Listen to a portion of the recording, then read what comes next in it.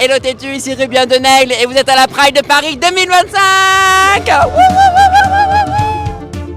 Coucou Tétu, ici Tabby-Stone. Cette année, la Pride de Paris défile sans les subventions de la région Île-de-France. En désaccord avec le message politique proposé cette année, Valérie Pécresse a en effet décidé de taper au portefeuille, fragilisant la marche. Mais nous ne resterons pas à quai. Tétu, les refuges, Stop Homophobie, Agence Mère et Pump unissent leurs forces pour hisser nos couleurs sur un char partagé. Parce que notre fierté ne se négocie pas. Vous montez à bord? Nous avons ici la plus belle, la superstar, Rubien Denaigle. Comment vas-tu?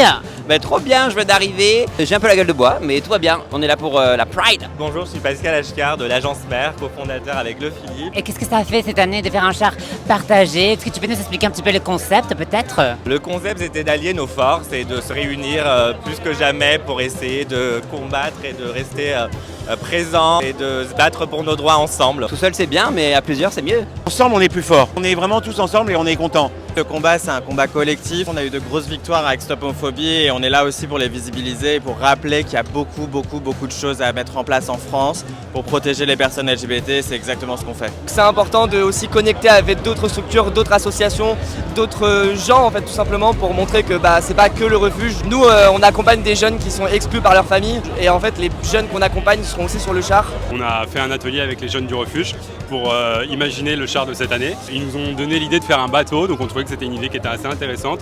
On l'a retravaillé en partant sur l'idée d'un dracar parce que c'est un bateau de guerre, en le rendant un peu sexy, en le rendant rose parce que mes soirées pump sont toujours roses. Et en plus on a des drags qui sont super sur le char, plus des DJ géniales. Et comment vous trouvez le char cette année avec une thématique maritime, avec une thématique aquatique? Qu'est-ce que vous en pensez de ça? Il est magnifique et puis c'est au cœur de l'actualité pour sauver la planète, pour l'écologie et c'est aussi des combats importants aujourd'hui. C'est un peu toutes les valeurs de Tétu, l'entraide, la solidarité, la lutte sur le terrain, la musique, la fête. Une Pride un peu spéciale puisque c'est la Pride des 30 ans de Tétu. Cette année on célèbre aussi 30 ans de Pride, 30 ans de lutte, 30 ans de conquête de droits. Il y a de la joie et de la politique.